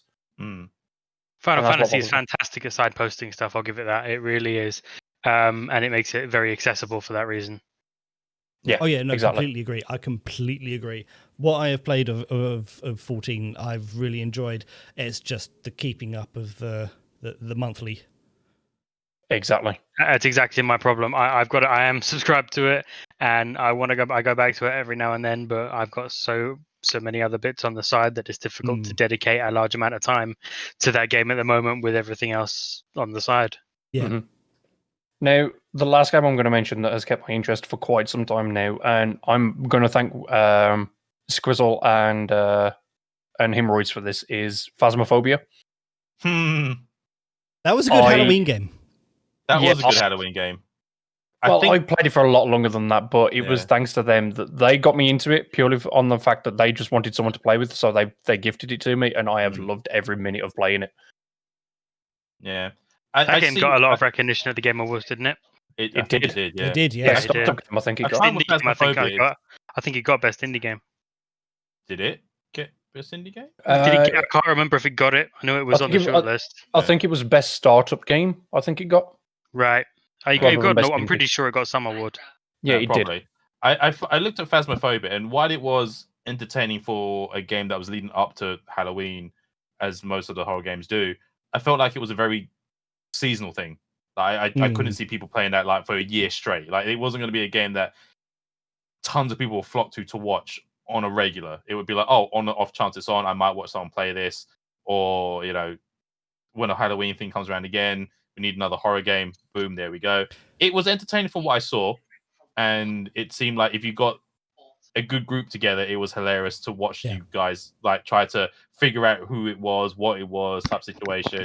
I've seen some really hilarious clips of people, top I've seen streamers some freaking great out. content of it. Yeah. Yeah, I've seen some great content. The funniest one I've seen is probably the one from Anthony playing with Cloaksy and 2 others, where they had to go into a room, and one of the conditions was you had to turn off the light on your that you were having. So if you're holding torches, you had to turn them off to get the spirit or the whatever the ghost or phantasm was to come out. So Anthony's holding the camera, and he's like, "All right, you need to turn the light off." And he closes the door, and he's like, "You guys turn the light off." They're like, "Yes." Opens the door. They're still holding torches like this. He's like, "You lying motherfuckers! Turn the light off!" Turns the light off, and as soon as they've turned the light off, as he walks into the room, the spirit pops up in the corner of the room. They both freak out like little girls. And Closey throws the cross down. I think there's a part where you need to throw a cross down to do something to the stop the hunt. Yeah, to stop the hunt. He freaks out, throws it down. Anthony starts taking photos. I think, but you can only take like 5. I think 5 per camera. Yeah. Yeah. So he takes the 5. Cracks up taking the 5, but at the time he's just cracking up because Cloasy's freaking out. The other guy in the room is freaking out because he's swinging his flashlight around but can't see what he's looking for, and he's like, "Oh, I need to turn the light. I need to get out of the room." He's doing everything that you would expect from the horror film. He's like, turn the light on, freaks out, tries to find the exit, probably gets himself killed in the process. And and all you can see is them 2 guys just squealing like little girls was they were in the room, and all they had to do was take the picture and leave. I think was the last part they needed to do. But it was like, it's one of those games that with Among Us I sometimes see, like, it's good for a short stint. You get great content out of it for the moment it's around, and then after it kind of fades off until, again, once there's a small resurgence of it or something will come back to get more people involved. I think what it'd be for me is that, and I've heard or at least read, I think one other person say this, is that it would be a great podcast game. So obviously while you're doing your hunting and looking for the ghosts and stuff, you can obviously chat with your friends, you can have a good laugh with them and everything. But then at the same time, as soon as something happens, you're instantly focused on that. You have a laugh with that. You do what the game is meant for you to do. And then you can just go straight back to your previous conversation and carry on with it. So it's a good podcast game by doing that. Never thought of it that way. It's an interesting concept. I never thought of it like that. It's definitely more of a seasonal game. I mean, like, Friday 25th of December this year, I'm not gonna like put Twitch on while I'm cooking dinner or something like that and have a look through a couple of streams and see people streaming Phasmophobia on Christmas Day. It's Can you imagine? Well, I'll tell you what, just for you, I'm gonna go on stream, I'm gonna play for no. I will give you 3 billion gifted subs. If I will hold you to that, sir. Don't. I'm not Lance. You heard it here first, folks. Well, no, actually, no, you probably didn't, because Senpai's probably going to cut it. Ain't nobody got money for that. I was going to say, though, I mean, if you're not going to be putting Twitch on Christmas Day, you could watch The Witcher and catch up. I could. I know. Or you can watch Mando and catch up. Mando. Yeah. Or Mando, yeah, Mando. Have them both on at the same time. I'm more up to date with Mando than I am with Witcher. Yeah, I mean, I think Witcher's like 12 episodes long. Currently, it's not a long season. It's not long. I think the first season is like 12. It's 12 are they 45 minutes as well? Long. 45 to an hour. Yeah, but there's a lot they go through. But it's but yeah, I mean, back to the gaming. Like, outside of Phasmophobia, dude, what else has towards like when it come out towards the end of the year now? What else has kept you busy? Not a lot. It's mostly been Phasmo, Among Us, and Final Fantasy 14, and as we are going to allude to, Cyberpunk as well. Yeah, we'll get to that in a moment. But yeah, so those were pretty much the games that kept you going. For myself, mine's been a variation of games this year. There've been a few that have taken me by surprise. Some that came at a time when I was kind of, oh, this is good to play for right now, and I kind of in a weird way needed a game like that. So yeah. I mean, start of it was Fall Guys. When it dropped, it was kind of, oh, Fall Guys is nice. My main stable on my channel when I stream is mainly Destiny 2, sometimes some Warzone if I can get people to join me and play for it. It's mainly FPSs. I do dabble in some other games, but it's normally if I can, if it's a game that interests me at the time. So you had a good run of the Borderlands 3 DLC with Dinko. We did. Like, Dinko and I had a very good run of Borderlands 3 DLC. I mean, we technically haven't finished the fourth one, but that's only because Dinko has been very busy with outside, like with personal stuff and some other stuff he's got to focus on. So I've not really bothered to push him for it. So I've been like, when he's ready and he wants to do it, it's always going to be there, and I'm glad to jump back in and play it as and when. But yeah, Fall Guys was one. Among Us was another. You had a Nova good run Drift with was a very Jurassic good Park. game. Yeah, Jurassic Park. Weirdly enough, that being free on Humble Bundle was a fun game. I was not expecting to play it and have fun with it as much as I did. Very, very fun game, like the park simulator thing, especially from a Humble Bundle choice. And Rumor has it was, that it's going to be the last game from the Epic daily giveaway. It's about to say that Evolution is it? Is that right? Yeah. is it really? Rumor has it Oh, that's going to be the last It's meant game. to be in the free games. I Yeah. haven't seen what today's one actually is. No, I haven't either. got the I'm last just 2 opening days. it up now. Yeah, I've got the last 2 days, so I'm going to grab them all. It's a free game. I'm not going to say no to a free Yeah. game. And for those who are listening right now, Epic is giving away a free game for the next what? Was it 15 12 days days? of It was Christmas. for? Yeah, 15 days total. Yeah, 15 days. At the moment, it is Defense Grid: The Awakening. I've never heard of it. I've never I'd heard of it. not I'll heard pick of it it. up. That is the only Yeah. one out of the series, like they've been on this week. 'Cause it started It's a tower on defense game, Wednesday. so- Yeah. Oh, okay. That is the only game that I had either not heard of or not played before. Yeah. But yeah, I mean, outside of Jurassic Park being another game that I played, I think I played that for like a month solid, or a little over a month solid. But it was a game that, for as long as I played it, was a lot of fun, because it was like while you're sitting there doing a park simulator game, and I mentioned this on previous podcasts with Diz and yourselves, and when we talked about it, I had fun on that game, but I'm pretty sure when I was playing it, it was bugged in certain instances, because one of the islands I was on was a constant nighttime map. And I don't understand why I was on a nighttime map. I'm like, does the day cycle not exist on this map? Because it was like constantly, this map is, for one of the worst maps to build a park on, because it's like hazards and so forth. Like weird hurricanes pop up, or tornadoes will just spawn in the middle of a dinosaur park or the dinosaur fencing area, and it will wreck everything in sight. And you're like, well, thanks, game. I appreciate that. I have the entire island covered in defense storm, like storm defender towers that are supposed to prevent that from happening. And yet somehow you've snuck through a 100% coverage. I don't understand, but okay, I will work with this. I will have to obviously somehow manage to refix my park repeatedly. But yeah, it was like you sit down and talk, like play that game, and it ended up becoming like, while playing Jurassic Park, you talked about Jurassic Park and obviously the films and what came out and stuff like that. And you know, it was good. I really enjoyed that. And then after I think Jurassic Park, I went on to, I think it was Sword Art Online, Project Alicization, and that was really, really fun. You had a good play. run on that. Yeah, great run on that. It was like fantastic to play. I mean, I love Sword Art Online. A lot of people don't like that anime series or the books, but for what it was that brought that type of genre to life, I thought it did really well, and I loved the story. I mean, even with the anime officially ending with the War of Underworld, like that's the final season. There's going to be no more Sword Art Online series, because from where they've caught up to in terms of relation to the light novels, there's no more for them to do. The light novels is like maybe 2 more volumes ahead of where the current anime is. And they have announced they're doing the progressive storyline, which is taken from the female side. So it's like Asana's point of view, and it's done as a movie from next year. So I was like, okay, so you'll get Sword Art Online in some form, but don't expect an anime series anytime soon. Like there won't be one for at least maybe 5 years at the minimum.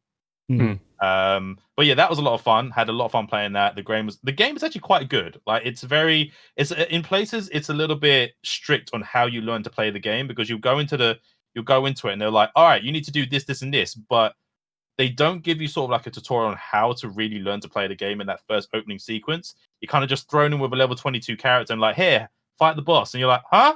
What? No moves, no nothing. You're like, wait, and they're like, you haven't got those beta powers. Oh yeah, you don't have the beta powers. It's like you're like keyboard and mouse. And I'm not gonna lie, for that game, K&M doesn't make sense. It really doesn't make sense how to play keyboard and mouse for that game. I was all for learning keyboard and mouse until I saw the control scheme and went, oh, I'm just gonna pick up my Xbox controller. This will do for the next month and a half. Played that, really loved that. And then after that was done, because of Senpai, I might add, this is the reason why I got into this. I got back into it. Senpai was playing Monster Hunter World. And I was like, I was watching the Senpai play, and I was like, this is quite fun. It wasn't actually that far ahead of me in terms of story, but because of Monster Hunter World, some of you guys know, or the people listening know, Monster Hunter World has a thing where when you do a mission, you have to watch the cutscene first before it opens up to multiplayer. And obviously, I really struggled with that when I was playing with you. Yeah, in vanilla, it's like every mission is watch a cutscene, watch a cutscene, watch a cutscene. And I'm like, let's hurry up, let me catch up. And then it got to the point where I was trying to catch up to Senpai, and then I accidentally then just bypassed him for the last 3 months. Yeah, you just completely overtook me. I just went from... that's more to the fact that I struggled with that game, like getting it to stream. I also at that point started losing time where I could stream as well. So I wasn't able to jump on at the same time that you were streaming it. But at the same time, I was also unable to sort of like play offline and try and stay behind you. Yeah. Yeah. It got to that point where I started Monster Hunter World. And again, Humble Bundle had Iceborne on sale, and I was kind of like, well, Monster Hunter was like on sale, the base game, picked up for something like £11. I thought, sure, why not? I had it on PS4. I played up to Iceborne, but never really did anything past that. Picked up Iceborne for like 20 quid, and I thought, with all its extra content, thought, why not smash through that? And pretty much for I think like 2.5 months, 3 months straight, myself and Waterfug ran through the entire thing. And I'm not gonna lie, I'm kind of grateful that Fug was there and everyone else that came over. Like Roost was playing it as well.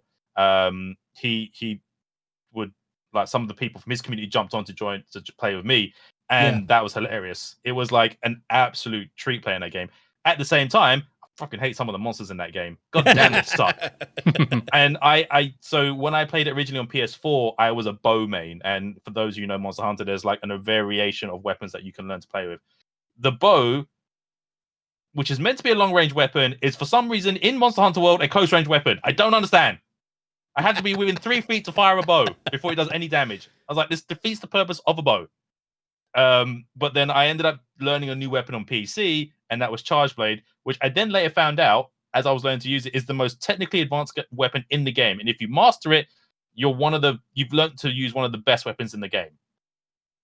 Which poses the problem, because I was like, I really have no idea how to use this weapon.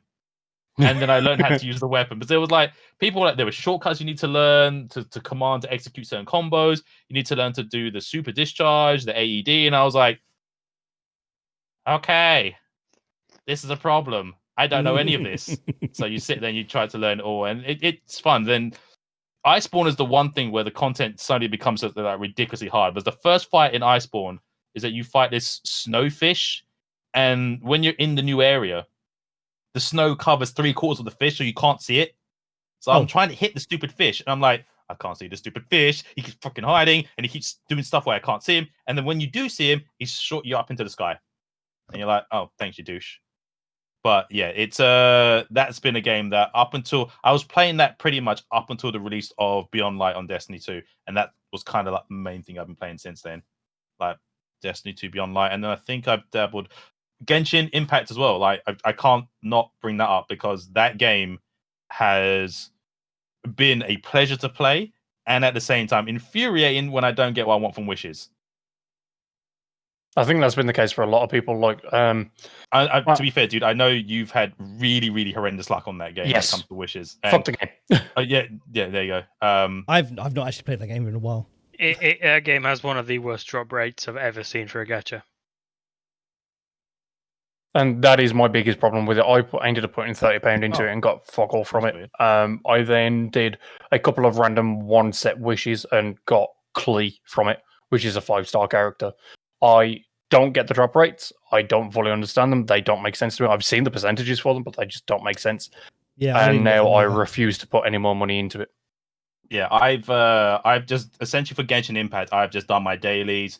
Whatever quests give me more primo gems, and then I've been kind of stockpiling, and then I'll do like one massive 10 stack if there's something I want. Now, the last time I really wanted a character was from when the Klee bundle was up, and unfortunately, I got every other character in there doubled except for Klee. And I was like, Sounds really, about right. game? I was like, really, game? And I didn't put any money towards it. I was just like flip the table, throw stuff out the window type situation. It very much reminds me of a gacha game I used to play on my phone called Overhit. Yeah. I played it on the Japanese servers because the game was much more developed on the Japanese servers. It wasn't difficult to navigate once you knew where the menus were. It was easy to play, and I put many hours into that game, spending the odd couple of quid here every now and then. Yeah. Nothing massive. But in August last year, they introduced Hatsune Miku as a character that you could have in your party. And so I spent days and days grinding the premium currency in the game to get her. Didn't spend a penny, but I spent days grinding all the gems, doing all the hard missions to get it up. And I did, I want to say, upwards of 60 pulls. and I didn't get her. Damn. 60 pulls. And yet there have been times where I've done a pull out of complete random because I got a few spare gems, and I've gotten the character for that month's thing, 5-star. See, this is my problem with gacha games, is that they are purely built around the whole microtransactions way of life now, and that is the one thing that really grinds my gears, shall we say? I put a few quid into it when it first came out, and it didn't pay off because I hadn't been sucking RNGesus's dick, so I kind of just let it. I played it up until like the story completion at that point, and like I'm not giving you any more of my money. Correct me if I'm wrong, but the drop rate for a 5-star on that game, I think, is something like 2%. I don't think it's even that. I think it's 0.5. No, they've changed that. Okay. It's got, so what it is. I got a load of 4 stars, but nothing 5. So my understanding of how the wish thing works is for every 80 pulls on a wish or 80 wishes you do, there's a mercy wish where you can get like a 5-star character. You're guaranteed a 5-star character or something like that. If your RNG is blessing you, you might get it ahead of time, or you might get double or triple, depending on how good your stuff is or how good your RNG is on that. But it's supposed to be every 80 wishes, you're guaranteed at least a 5-star. It could be a weapon, it could be a character. It doesn't guarantee you it's a brand new character. It will give you a 5-star something. And I've had it where, so I've now completed at this point in the game. I've now got one character fully constellationed up. And after doing that, which is it's great, but the thing was though, she was one of those characters where anyone could get her up to that point. You could have easily got to at least a 4 ranking on the constellation, maybe 5 if you did some of the events where they gave the character free. So it was like Xing Lang, the chef, the fire chef with the bear. Now I got it to 6. I was like, sweet, fantastic. She's my first character constellationed up, kind of excited. And then no sooner than after I pull another 10-star stack, she pops up again in the 5-star slot or in the slot. I literally almost threw my monitor out the window when I saw that, because not only does she pop up in there, you get nothing for it. Once you've completed the constellation, you get nothing for her popping up. All you get is the master, the wishes currency. That's it. And I was like, this doesn't do anything. If you were going to give me a double, if she's a fire element character, at least give me something fire element related to put into another character, at least. Yeah. But it was like, this sucks. It was a thing. But so right now they've got their new story DLC content dropping on the 23rd, which opens up a whole new area, and it's like a new character comes in. It's like a new Frost Tundra area, and it's like this new character with a new weapon and everything. It looks kind of cool, kind of excited to see it. So myself and Phenom have sort of just been like grinding for mats and so forth. And to be fair, I can see why some people, while Genshin, when it first came out, a lot of people liked Genshin. Once you get to AR rank 35 is where the big thing where most people drop off. And that's because at that stage, that's the Ascension mission to world rank 3. Yeah. Or was it 4? I think it's the... So I think it was for 4. 3. Was it 4? Either way, it gets 3, into the next world tier. Yeah, so it means it must be 4 then. So if you get into that one, the thing is, every monster or every opponent you face up in that mission is at rank 60. And by that point, not everyone's at rank 60. And so it gets a little bit tedious, and you kind of like, do I have to grind to get my characters up? Now, what happened was myself and Phenom were at that point. So we were like, screw it, I'm not going to do it now. I'm going to use the level world set and a mat to go and farm materials. Once we both did the mission, we both complete the Ascension rank mission in that week. The XP I had built up jumped me to the next world tier. And I was like, oh crap. I'm at world tier 5, and I literally just leveled up from 35 to 42 in the adventure rank because of how much XP I had left over. So I shot up 7 levels, and I was like, uh-oh. I am now at the point where I'm on the next Ascension level rank, and it's like, oh, this is going to be world tier 6. I'm at the point where Yachi struggles now. I'm at the point where Yachi struggles in the game. And some of us, for those you don't know, Yachi is actually really good at Genshin. Her RNG on characters and how she gets them is really good. She has swallowed many a load from RNGesus. Yeah. So I think she has virtually every character except for one, I think, in the game. And she has builds and character teams and all set up, but she's in world tier 6 and she struggles to fight some of the guys in there. And I'm like, if you're struggling, me and Phenom are going to get wrecked rolling into that. So we're just I think she's maxed out pretty much all of her characters, and she still struggles. But that is because I think the max level she can go to is 80, which means that a lot of the enemies that she can go up against is like 87, 88, and nearing 90 and stuff. Actually, no, you can go up to 90 if you do. For example, if you do the Storm Terror mission on at level 70 plus, there's a drop that they give you which allows you to ascend your character to the level 90. It was the main character that everyone plays as, the male or the female one, depending on who it is, the wind user. You can actually get that character to level 90, but to get to level 90, you need to get a gold drop from Storm Terror. And there's only one that you get. So you need to do like 3 you need to do in 3, like you need to do 3 encounters. Wow. Ain't nobody gonna tell you that. But yeah, it's fun. I like Phenom and I still have fun playing it. It's very entertaining. We're trying to. I've got one of the new characters from this current stack of characters available.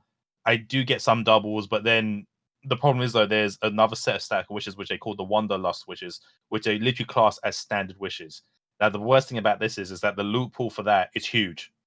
It is massive in there. So if you're thinking you're going to get like a mercy pool and get a 5-star character, you can get any 5-star character from everything that's happened from since the game release up until now, excluding obviously the character event wish one. So you could, if you're lucky, you might get a Dulag, or you might get a Jean, or you could get like a Fischl again. It's anything that's been a 5-star and a 4-star and above that could potentially roll into it. And you're like, the loot pool's too big. It is too big in that. And because you get so many of the basic level, the 3-star weapons, constantly dropping in those wishes, you're like, this. They need to do something where you can get other ways of getting characters. Essentially, is what the game needs to do. Needs to do now, but it's too heavily reliant on one, spending money to get Primo Gems to spend 4 wishes, and 2, there's no other source in the game to get you Primo Gems outside of doing your dailies, grabbing the blessing, or doing an event. That's really it. And Phenom will tell you he's sitting on something like 8,000 Primo Gems, and he hasn't converted them into wishes yet. Wow. I'm like, well, he stopped because he didn't buy anything from the previous character events, so he's been stockpiling them all, but not bought anyone because he's been waiting to see when he can get Jean again, because that's the one character he wants. He wants to get Jean, and he'll be done with the game. He said if he ever did it. But in terms of games that I've been playing this year, I have to give a shout out to Genshin Impact because it's a game that I thoroughly enjoy playing off stream. Yeah. If I'm in the mood to play it on stream, I will do. But as a game that's just very chilled, I've enjoyed that, and I've been playing Warzone as well. Like myself and Daz earlier this year, we played the beta for Cold War. Granted, the beta wasn't exactly the greatest when we played it. There were a lot of problems when the beta rolled out with their guns and the map and so forth. Because problems, yeah. I'm putting it nicely, dude. Because when the game launched, the guns that were a problem in the beta were a problem in the actual live game when it went live. Like M16 was bursting people from half the map away. MP5 you could map anyone. Like it didn't matter where you were, you could. So the best example I can give of that was when I was watching a stream, someone was using an MP5, a fully kitted MP5, all attachments unlocked, and he was on the boat map where there's like 4 naval ships, and one sniper was on the other end of one of the boats, like literally the tail end of the boat. Mm-hmm. He was hard scoped down the line, looking at this guy. The dude saw the glint of his sniper, fired his MP5 and killed him. He outgunned the sniper at that range. I'm like, he's on the other side of the map. You're using an MP5 and you literally outranged him and killed him. And then obviously they were like, "Oh, we've noticed that some of the weapons are too strong in Cold War. We've adjusted them."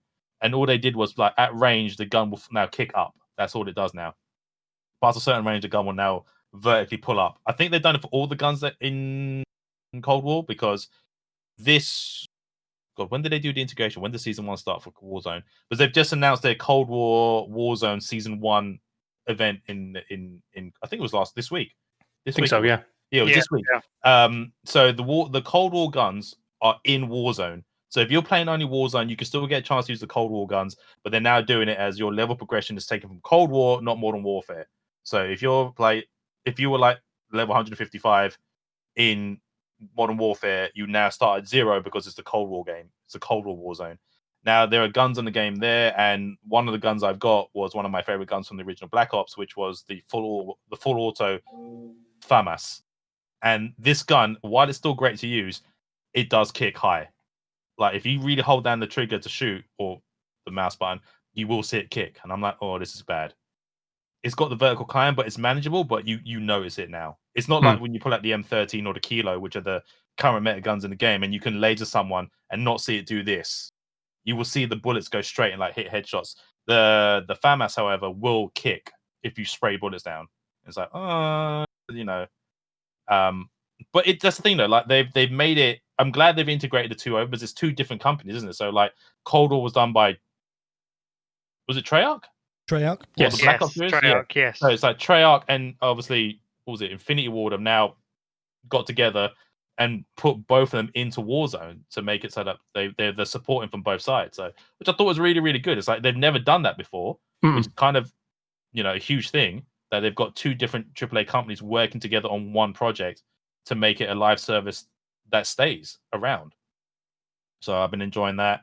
But yeah, I mean, Destiny, when they dropped Beyond Light, I'm not gonna lie, I had a lot of fun playing that. They introduced a new subclass.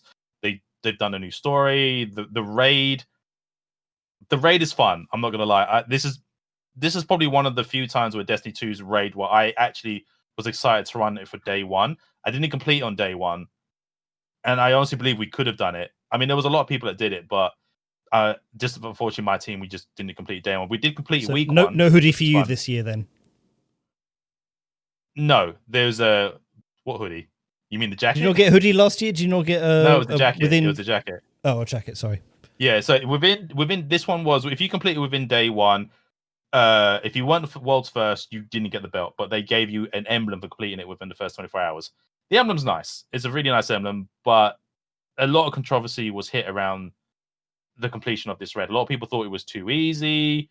It wasn't as hard as it was. You know, if everyone felt like the second encounter was for some reason the hardest part of the raid because it DPS checks like 90% of the community that attempted it. And it's like, this is the second encounter. If the second encounter is DPS checking you, what's the next one and the one after that going to be like? But then once people figured out how to do it and contest modifier was taken off, it's now become like one of the most easiest raids to complete.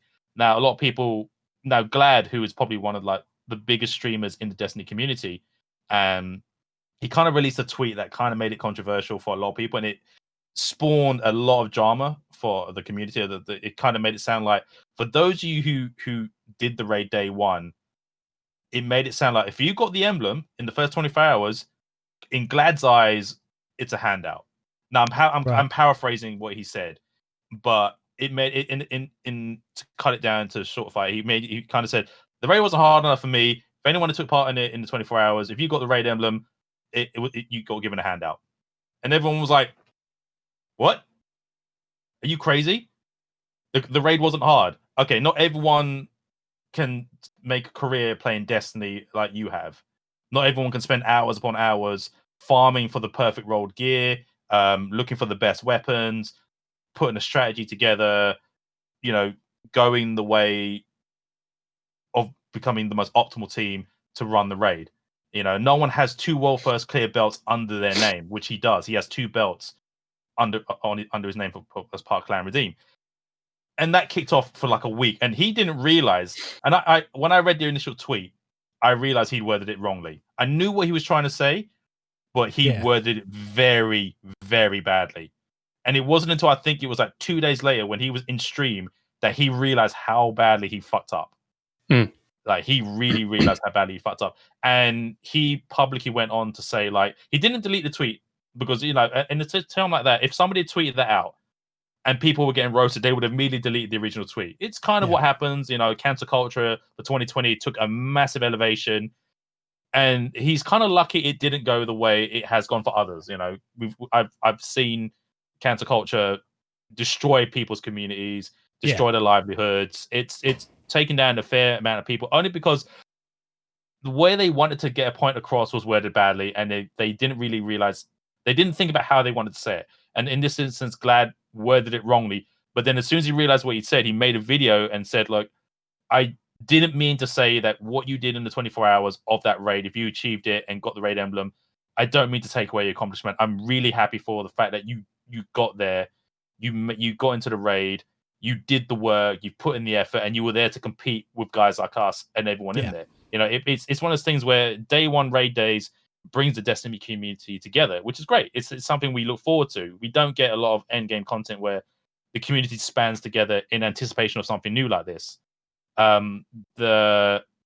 He then went to say, like, obviously people don't agree with what he's saying. You don't want to follow him. You can't support him anyway. He understands and he accepts your decision. But since then, this current raid has become a bit of a joke. People, like, within the first week of that raid dropping, people have soloed the encounter, 3-manned it, 2-manned it, glitched through the map, broken it in God knows how many ways. But it's a raid that is still, in my opinion, one of the funnest raids I've done in a very long time. Okay. It's a very learnable raid. It's a very fun raid, and it's just different from anything we've ever played before. So could a lot of that be put down to Bungie's first solo year? Could Possibly. A lot of it be put down to the unprecedented times that we live in? As well, that's the thing. Like you just mentioned, the times we live in. They released a stat of every raid Destiny 2 has released since launch, of people who have completed it, how many people have run it, you know, clears and stuff like that. Now, the most hardest raid completed was Last Wish. It only had 2 clears in the first 24 hours. Deepstone Crypt, the current raid, has 5,500 clears in the first 24 hours. So that's the level of difficulty change. That's the level of the difficulty. But that's the thing, though. It's like Last Wish was released, I think, 3 days after launch, like after launch of that content. Deepstone Crypt launched 2 weeks afterwards on a Saturday as well. The last one was on a Friday, so it means people had to get the game loaded on the Tuesday for reset, on the Tuesday, grind 3 characters up to Friday reset to be ready to jump into the raid. And if you were lucky, you got your characters ready with an optimal gear to kind of run in. This time round, we had 11 days to prep for a raid. More people entered it because obviously people are at home now. People are more at home. Exactly. It's a Saturday. People are at home more. We're in a time where everyone's working from home, so everyone can game. They don't have to worry about, you know, other stuff, you know. And a lot of people are like, is the Deepstone Crypt too easy? No, it's still a fun raid. It DPS checked people at a second encounter where normally that's unheard of, but yet in a weird turnabout, it's the hardest thing on the raid. Like, the final boss fight isn't hard once you really know how to do it. The third encounter, it doesn't really have a boss fight. It's more like you need to know what you're doing in that encounter fight, right? And then once you're done, you just proceed to the next part. But that's the thing. Like, I thoroughly enjoyed it. I still like running the raid because when you run your 3 characters on any Destiny raid, after you've done it for that week, you have no reason to go back unless you're Sherping people. This time round, they've been like, oh, you want to run the raid again? Fine, we'll give you something as a reward. Here's a thing called spoils. So these are tokens you can use in the new kiosk that allows you to buy back old exotics you never got in the previous Destiny content. So if you were missing, say, for example, the Crimson Hand Cannon, which is another version of the Red Death from D1, you could technically get 200. No, I think it's probably like they vary in pricing. You could get, say, 120 spoils, which will probably take you about 7 runs, and you'll get it. Spend some legendary shards, spend an exotic cipher, you've got the gun, and you've now completed your collection. It's that thing. So they give you a reason to raid to get something you haven't got. So there's a benefit from multiple runs, which is good. Now they're currently doing the Dawning event, which is their yearly Christmas event, and I'm not gonna lie, I've done that for 5 years straight. And I'm kind of bored of it.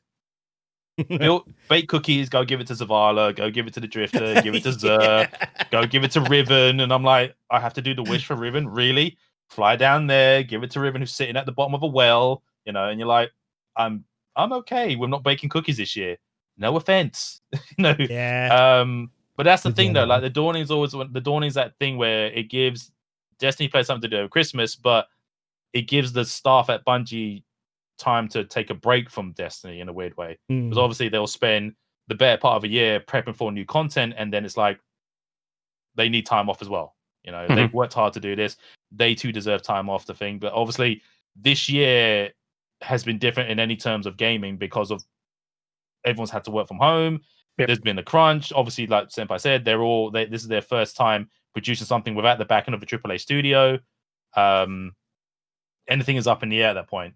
But that's been looping it back around to games I've been playing for this year. That's essentially what I've been playing. And obviously now Cyberpunk dropping, the most anticipated game I've been waiting for this year. So unfortunately, we've run out of time. So